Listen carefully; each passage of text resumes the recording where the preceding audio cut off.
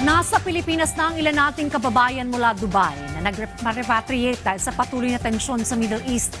At paglapag pa lang nila sa bansa, agad na nabigyan sila ng pinansyal na tulong ng Department of Migrant Workers. Yan ang ulat ni RR Tubise. Dumating na sa Pilipinas ang halos 300 Pilipinong nagpa-repatriate dahil sa tumitinding tensyon sa gitnang silangan. Galing silang Dubai at sakay ng Emirates Flight 336. Karamihan sa mga pasahero ay mga kababaihan, bata at mga sanggol. Ayon sa Department of Migrant Workers, ilan sa mga umuwi ay pinayuhan ng kanilang mga employer na umuwi muna dahil sa isyu ng seguridad. Mayroon din mga OFW na natapos na ang kontrata, habang ang iba nagdesisyong umuwi para sa personal na dahilan.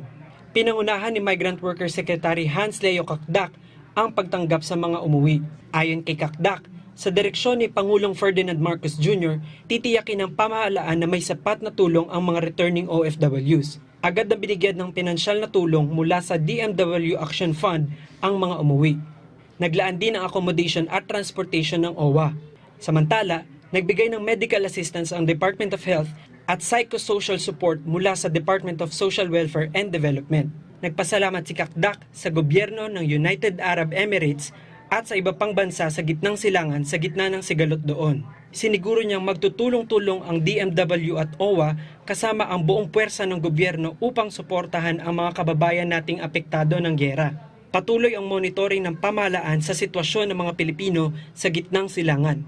RR Tubise para sa Pambansang TV sa Bagong Pilipinas.